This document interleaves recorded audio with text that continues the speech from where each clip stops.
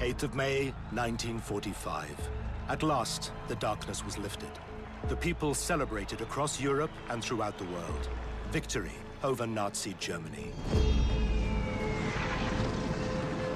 From the D-Day landings on the beaches of Normandy in June 1944, it took almost a full year to win the war.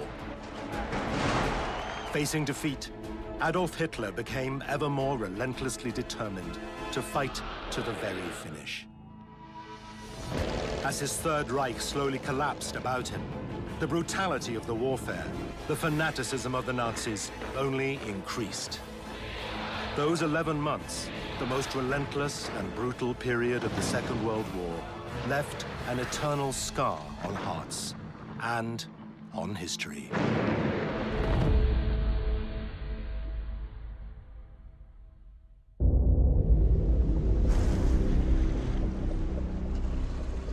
Summer 1944.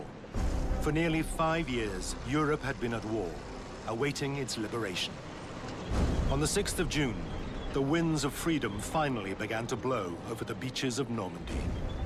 On the evening of the longest day, more than 150,000 soldiers had made it to land. By July the 1st, almost 1 million men were fighting in Normandy.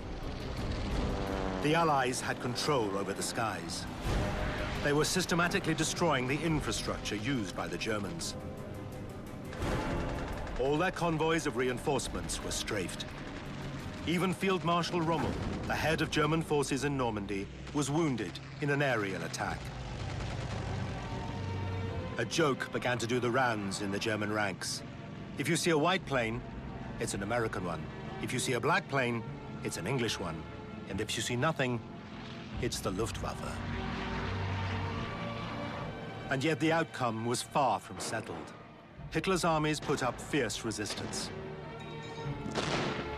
The British General Montgomery hoped to take the city of Caen within 24 hours. In the event, it took 6 weeks and carpet bombing that flattened the city. At last, in the final week of July, the front gave way. The Americans managed to break through on the Cotentin Peninsula. Allied troops liberated Brittany, and soon after, General Patton's rampaging 3rd U.S. Army liberated town after town and pushed east. The liberation of Western Europe was finally underway. Western France was in ruins. The population were embittered, but after 4 years under the Nazi jackboot, there was finally hope. The mood was one of confidence. We'll cut through Germany like butter, predicted those around General Eisenhower, the supreme Allied commander.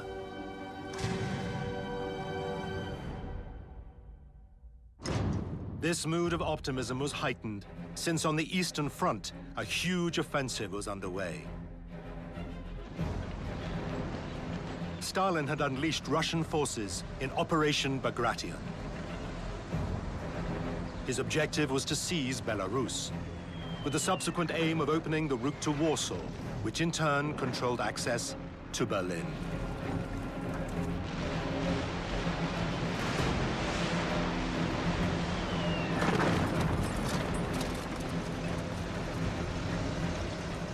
The Red Army was advancing like a steamroller, crushing everything in its path along a 1,000-kilometer front.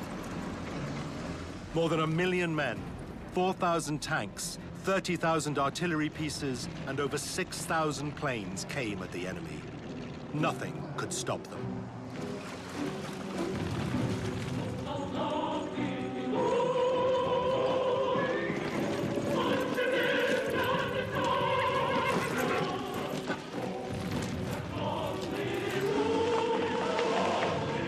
The strongman of the Kremlin showed he had a sense of history.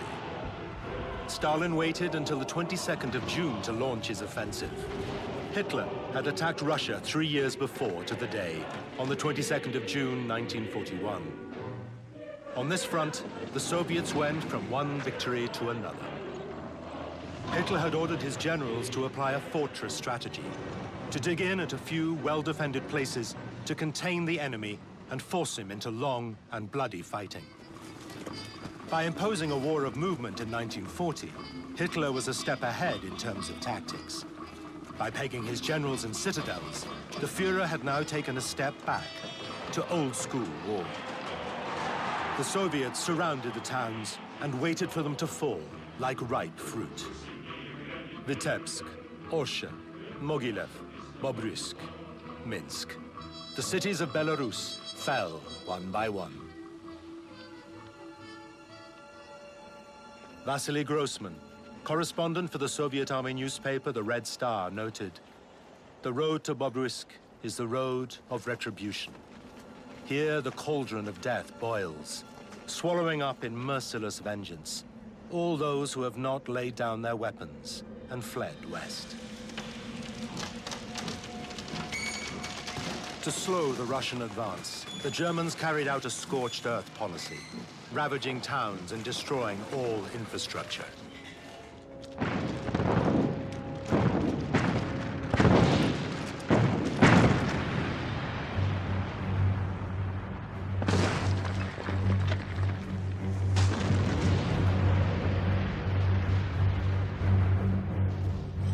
But nothing could halt the Red Army.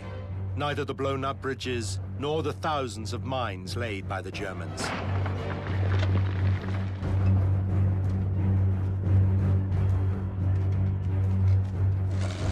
Their progress was so rapid that they were running out of fuel. To keep up the pace, Russian soldiers sometimes mixed vodka and diesel oil to keep the tanks rolling. One German corporal wrote to his wife, "If the Russians continue in this direction, you won't have to wait long before they're on your doorstep."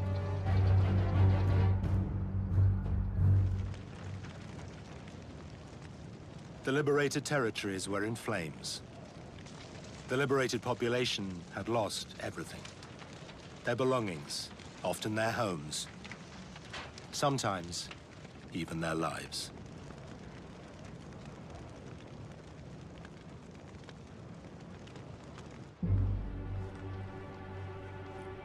To celebrate what was one of the biggest defeats inflicted on the Wehrmacht, Stalin paraded 57,000 German prisoners in Moscow on the 17th of July, 1944. 3 years earlier, Hitler had promised them they would march through Moscow. A promise now fulfilled.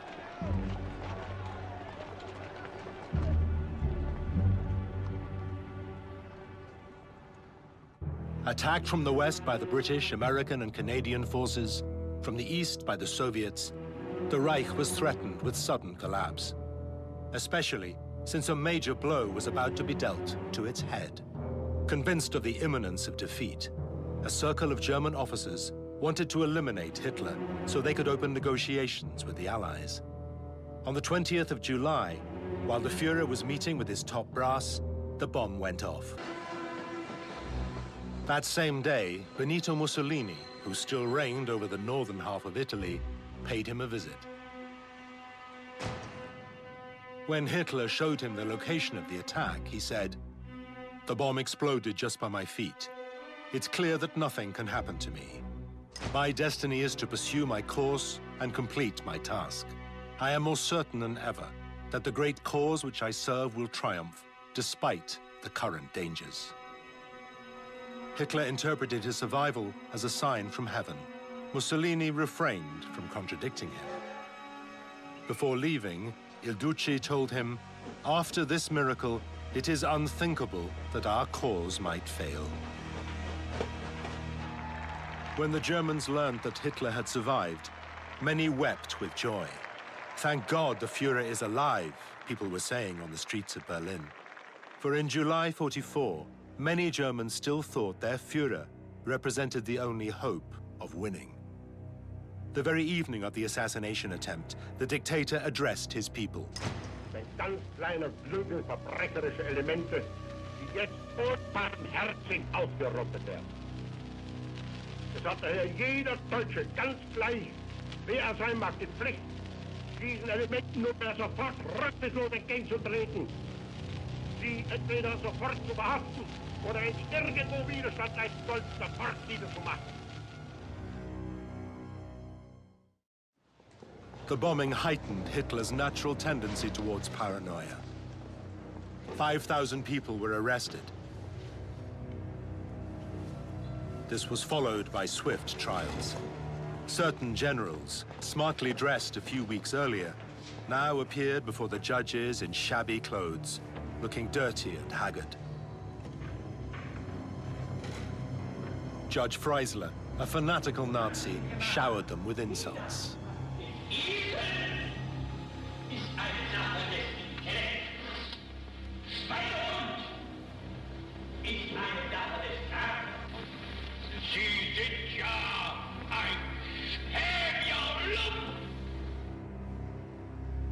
He shouted so loud that the technicians responsible for recording this parody of justice asked him to bring the volume down. The sentence gave no recourse for appeal. Verräter an allem, wofür wir leben und kämpfen, werden Sie alle mit dem Tode bestraft. Ihr Vermögen verfällt dem Reich. Some 200 people were executed.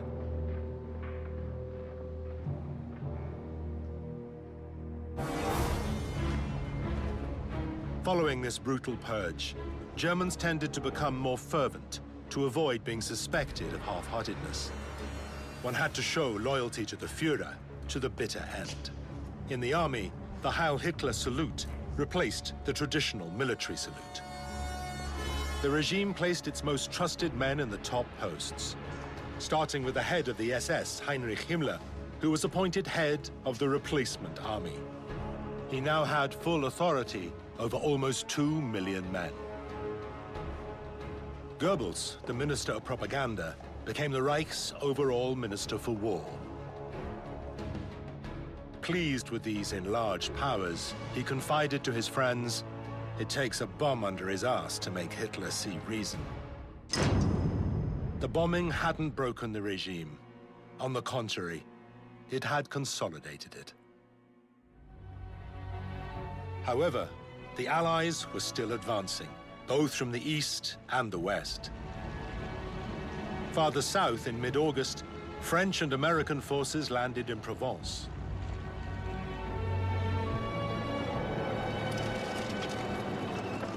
The GIs of General Patch and the soldiers of the 1st French Army, commanded by General Delattre, began to make inroads into southern France.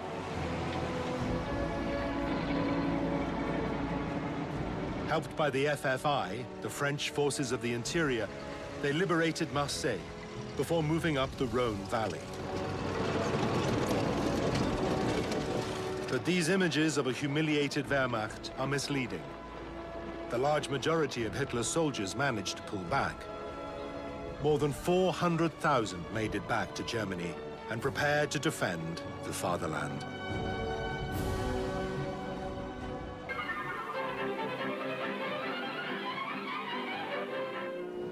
Far from the front, back in Germany, news reports screened in cinemas strive to brighten up daily life. In the summer of '44, despite the bombardments, and while the Reich was crumbling, for many Germans, the war was still distant.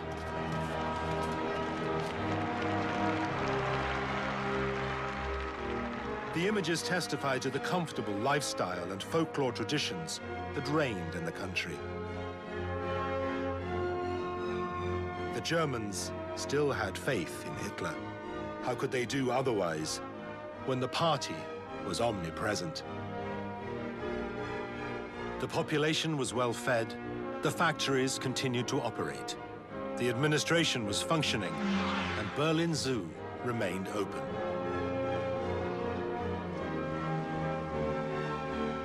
It was a wonderful summer, and those at home made the most of it. The war?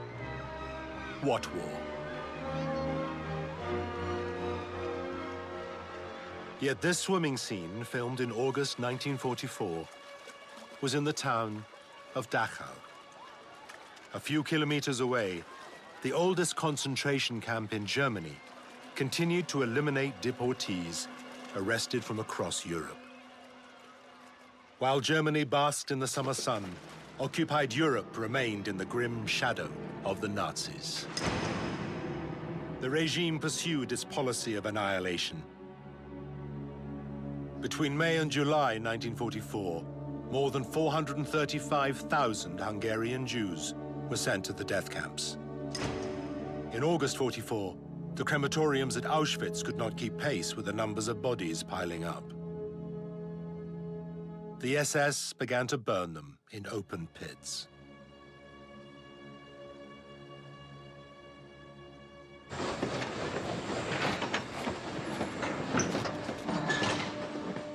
Even as the Allies approached Paris, one last convoy of deportees left the Paris region for the death camps on the 17th of August, 1944.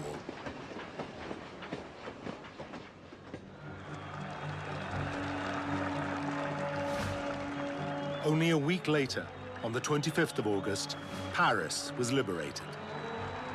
The Allies did not expect to make such swift progress. The Americans paraded triumphantly amid the cheers. The Parisian women hugged their liberators. Euphoria could be read on their faces. Oh la la, good morning, mademoiselle. Oh la la, I go to l'opéra. Oh la la, je speak pas very well. Oh là là, c'est-il là ou pas là en souriant? La petite Parisienne dit gentiment, justement je vais par là. Oh, oh, oh. Many GIs thought the worst was over, and that defeating the Reich was now no more than a formality. Summer held the promise of victory. Autumn would deliver a series of setbacks.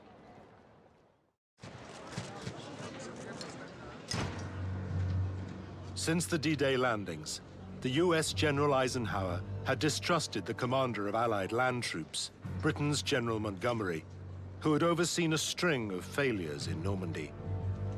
Despite these setbacks, Montgomery demanded to run operations against the Reich, placing all Anglo-American forces under his command. But this demand was unacceptable for Eisenhower. To avoid putting all his troops under Montgomery, Eisenhower divided his forces into two groups. The first was under Montgomery's command. It would attack via the north towards Belgium and the Netherlands, with the objective of seizing the port of Antwerp. Once in Allied control, tanks and munitions could then be shipped closer to the front. The second group was assigned to the US General Bradley and would attack to the east, backed by the armies of Generals Patton and Simpson.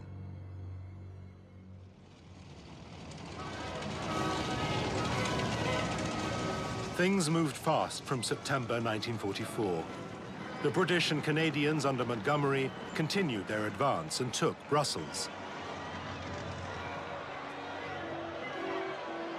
The following day, in Antwerp, the victors captured hundreds of prisoners, but did not know what to do with them. The zoo was quickly reassigned. Although the Belgian authorities hailed Montgomery, he made a mistake. In the rush to invade Germany, his troops had taken the port of Antwerp as planned, but they had neglected to clean out the islands and riverbanks which controlled its access. They were held by heavily armed German units. As a result, no Allied shipping could use the port and supply the front. This new failure enraged Eisenhower, and for good reason. For 2 long months, Allied troops now had to break down German resistance through dangerous amphibious operations. The failed offensive cost Montgomery 13,000 casualties. But it would take more than that to undermine Montgomery. He persuaded the skeptical Eisenhower to give him all available resources. His objective, to launch a huge parachute operation on Arnhem in the Netherlands, codename Operation Market Garden. On the 17th of September 1944, over 20,000 parachutists and more than 13,000 troops in gliders took off, heading for the Netherlands.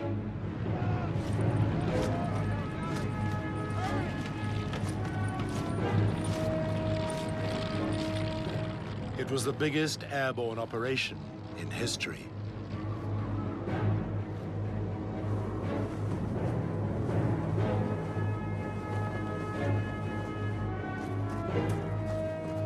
The American, British, and Polish parachutists were dropped behind the German lines to take a series of bridges across the Maas, the Waal, and the Rhine to stop the Germans destroying them. Once these bridges had been secured, land troops could go round the defenses of the Siegfried Line by the north and invade the Reich.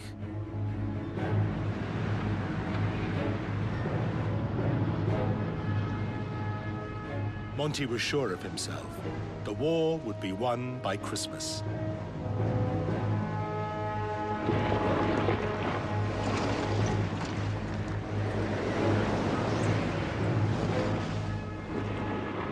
Unfortunately, the situation on the ground soon became tricky. The gliders landed, but some crashed. The drop zones were too far from their objectives. The Germans got hold of a glider and recovered some equipment and supplies. But more importantly, they also found a plan of the operation that an officer had taken with him in contravention of orders. When the 4th Parachute Brigade was dropped as reinforcements, its soldiers were shot out of the sky like pigeons by Germans who were expecting them.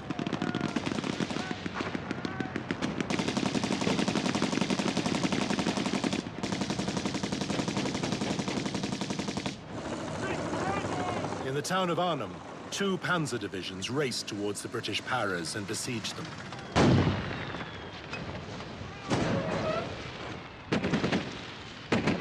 After 5 days of dogged fighting, Montgomery's soldiers were forced to surrender. Overall, the Allies lost over 17,000 men and liberated only a part of the Netherlands. The failure of the expedition was only the beginning of a terrible disaster. To help Operation Market Garden, Dutch railwaymen went on strike. As a reprisal, the Reich blocked all food imports to the occupied Netherlands. The queues lengthened outside the food stores, which were all but empty. From October onwards, famine took a terrible toll. Thousands of civilians died of hunger. Henry, aged 10 at the time, recalls, "Nothing was more important than food. I woke up in the morning thinking about food. We used to talk about food all day long. And when I went to bed hungry, I dreamt of food."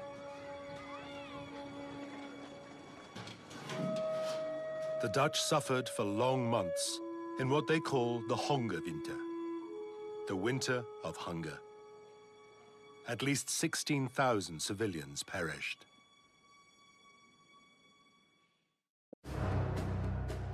While Monty was halted in the Netherlands, Bradley's US forces were making progress. In September, his troops reached the German town of Aachen. Hitler ordered his forces to defend the town to the last bullet. The 1st US Army had to take the town street by street, house by house, in a fierce combat.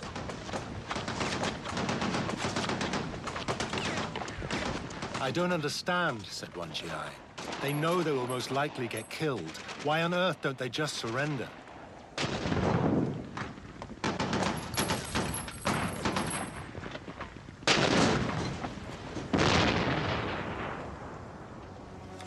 After 5 weeks of siege, during which more than 1,000 GIs were killed, the town finally fell.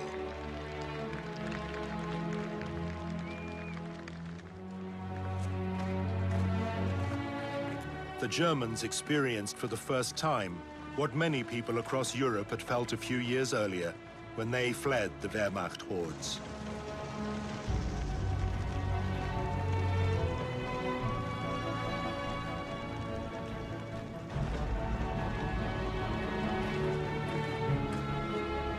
The taking of Aachen was a symbol. It was the first German town to fall into Allied hands. This toehold in German territory was a long way from spelling victory. The Allies were stalling in the face of fierce German resistance. Monty had failed in his operation in the Netherlands. The port of Antwerp was still impracticable. And the hard-driving General Patton, who was eager to pursue his advance eastwards, was deprived of fuel. "My men can eat their belts, but my tanks have got to have gas," he raged. He was at a standstill. In a further twist of irony, part of his fuel had been diverted to the British. By slowing down Patton, the Allies were unable to exploit the breakdown of the Western Front. As a result, the Germans had time to regroup their defenses, taking up positions beyond the Rhine. The Western Front was blocked. The war over by Christmas, that dream had evaporated. The war would go on. On the Soviet front, Operation Bagration was a success. Between the 22nd of June and the 31st of August 1944, Russian offensives had put 700,000 Germans out of combat.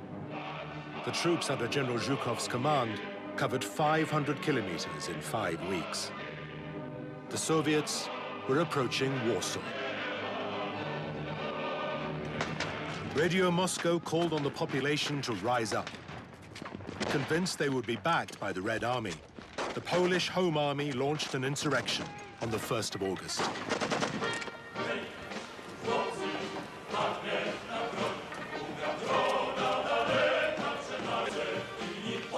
These resistance fighters threw everything into it and drove back the Germans.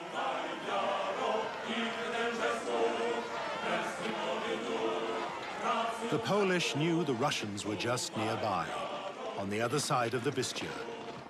With this powerful ally waiting in the wings, the insurgents had nothing to fear.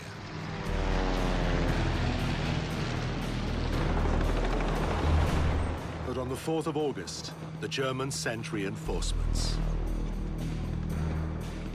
Their mission? To eliminate the Polish problem by whatever method.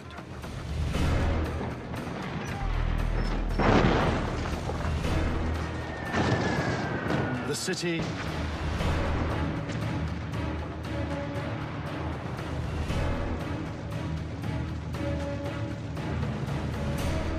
gradually, the Germans retook control of the city and crushed the insurgents.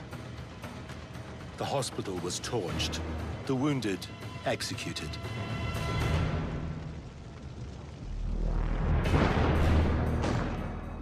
The resistance movement could have tipped the balance if it had had support. But the Red Army stood on the sidelines. While the German forces destroyed the city, the Soviet troops camped on the banks of the Vistula.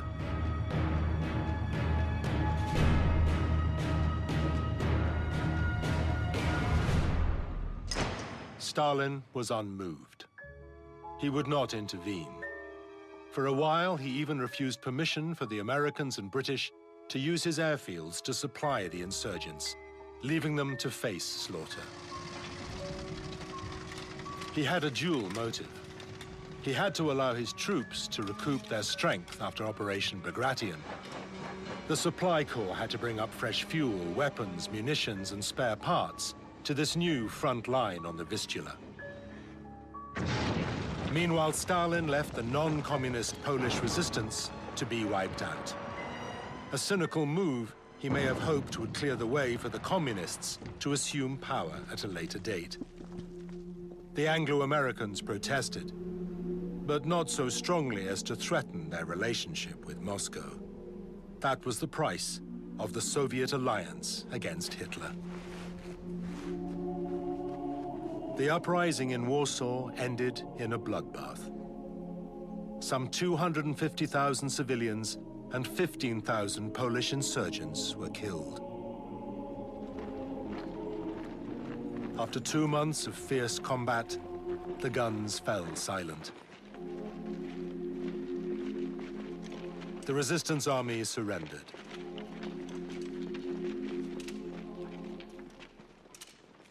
Warsaw was almost totally destroyed. The Polish, who had hoped for support from the Soviets, now feared falling into their hands. As one poet put it, "We await you, Red Plague, to deliver us from the Black Death."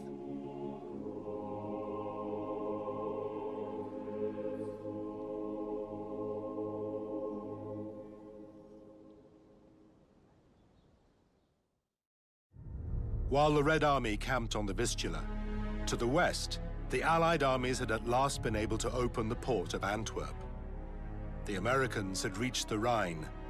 The Reich was finally caught in a pincer. But despite this attack on two fronts, the Nazi regime showed no sign of crumbling. On the contrary, the army blindly obeyed its supreme leader.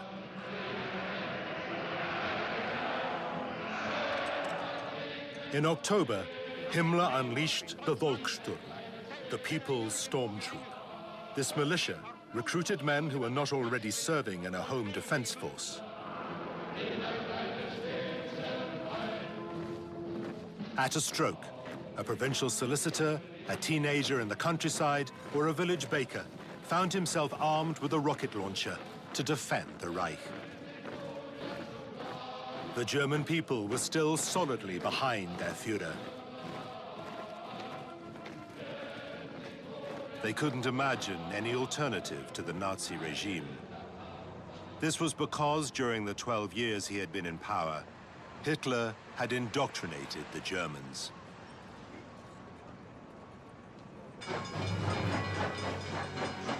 In December 1944, Germany had been holding out on two fronts for almost 6 months. The Reich was wounded, it was bleeding.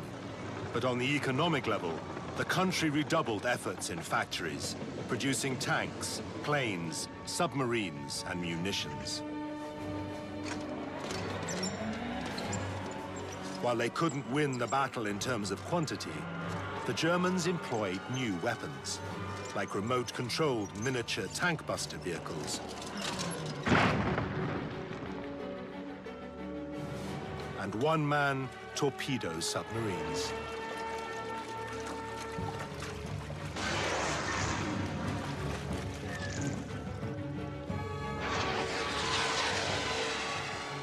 But above all, Hitler put great store in what he called miracle weapons. The V-1 flying bombs, which had been raining down on London since June and had killed thousands of civilians.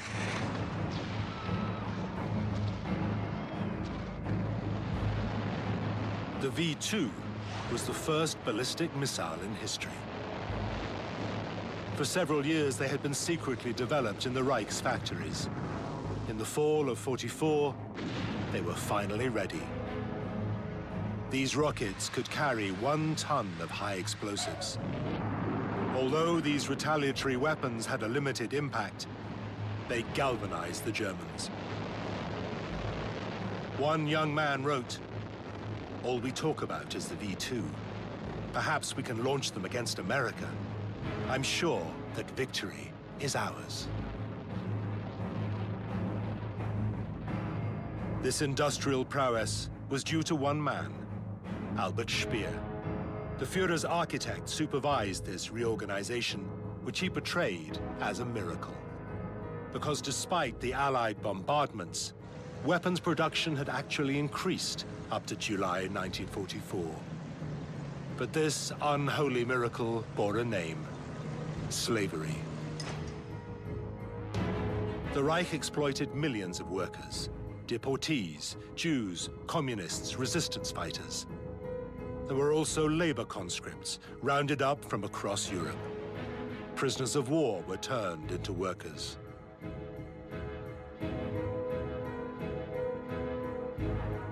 Almost 9 million men and women worked in atrocious conditions on behalf of the Reich.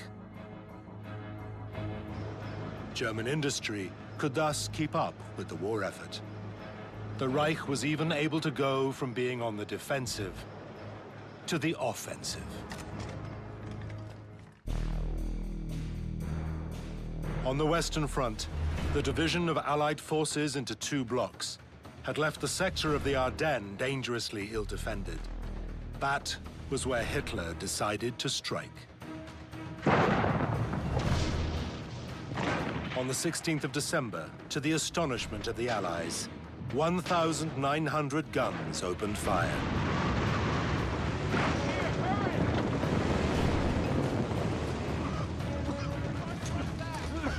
In the first few hours, the element of surprise gave the German High Command an unexpected success. The Allies thought they were dealing with a routed army. Instead, they found themselves facing a fierce counterattack. For Hitler, it was a big gamble. He hoped this offensive might stabilize the Western Front, convincing the Anglo-Americans that they could never win. And, who knows, maybe even prompt them to side with him against the Bolshevik demon. The Führer was convinced the East-West coalition was against nature and was destined to break up. Marxists allied with capitalists? It was simple heresy. This alliance would crumble. It just needed to be dealt the coup de grace. The Germans made progress, helped by the bad weather, which prevented Allied aviation from intervening.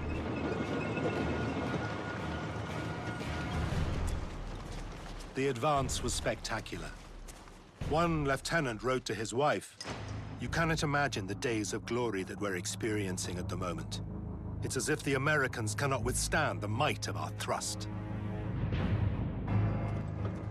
The news spread in Belgium and Alsace, both of which had only just been delivered from the Brown Plague. The Germans are coming back. Civilians who had only just returned to their homes took to the road again. As they prepared to celebrate Christmas, German families also celebrated this new offensive. What a wonderful Christmas present, one could hear in the streets. Goebbels' pollsters noted, "People are profoundly happy that we have seized back the initiative, especially since no one expected it."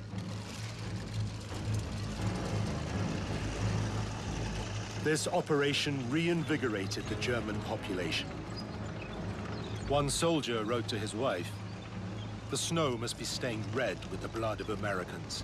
We're going to cast them into the ocean, the arrogant, loud-mouthed apes from the New World. They will not set foot on our Germany." But the determination of the German soldiers sometimes escalated into acts of brutality as they committed numerous war crimes. On the 17th of December, 69 American prisoners of war were shot dead by the SS. The same day, in the little town of Malmedy, the bodies of 86 GIs executed by the same SS unit were discovered.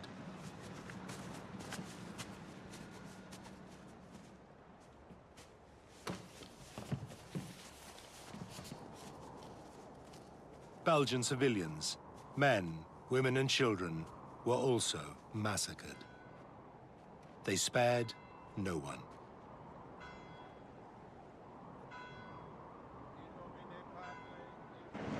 Meanwhile, chaos reigned in the American lines.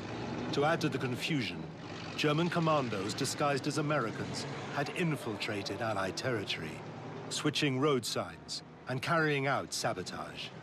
The GIs were suspicious of everyone and everything. They intercepted vehicles and carefully checked identity papers. They were told to ask questions that only an American could answer. In one of the most critical periods of winter 1944, the military police would ask at every checkpoint, "Who is Donald Duck's girlfriend? What is Roosevelt's dog's name?"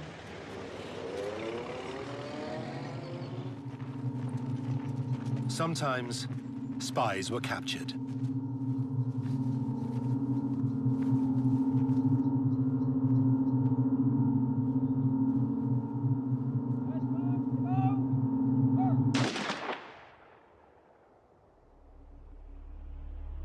The German troops pushed on with their breakthrough. They besieged the small Belgian town of Bastogne, a crucial strategic point for the success of their operation. 18,000 GIs were defending the town.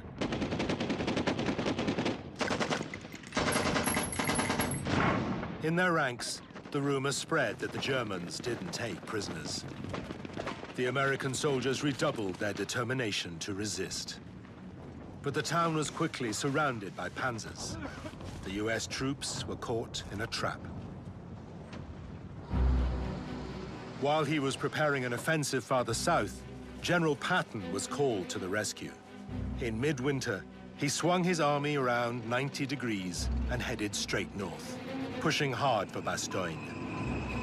He had promised Eisenhower that this maneuver would take him no more than 3 days. His tanks drove day and night through appalling conditions, but they had not planned for icy roads.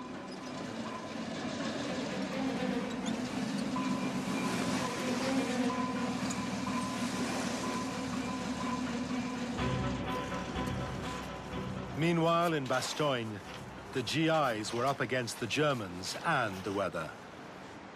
Many died frozen in their foxholes.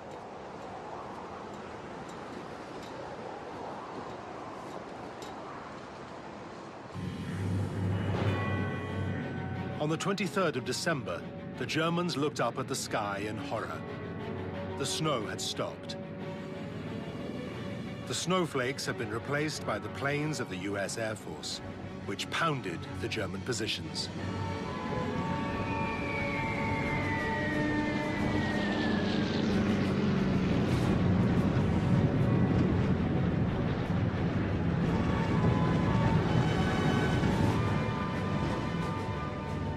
Soon after, as he had promised, Patton's Third Army came to relieve the siege of Bastogne. Just in time. Hitler's gamble had backfired. The human cost was high. On the Allied side, 80,000 men killed or injured. The Germans counted 120,000. Overall, the battle merely pushed back the hour of reckoning for the Reich. But it came as a wake-up call for the Allies. They had realized one thing: Germany was still dangerous.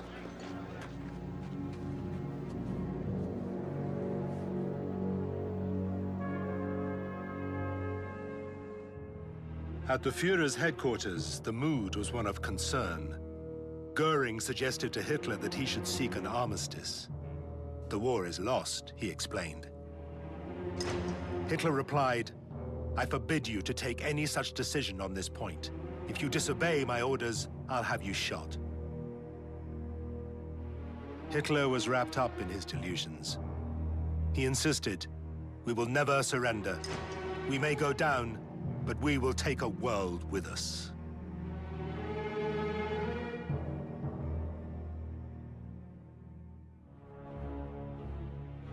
Despite the withdrawal of Hitler's armies on all fronts, 5 months of war and chaos still lay ahead before the fall of Berlin and the defeat of the Third Reich.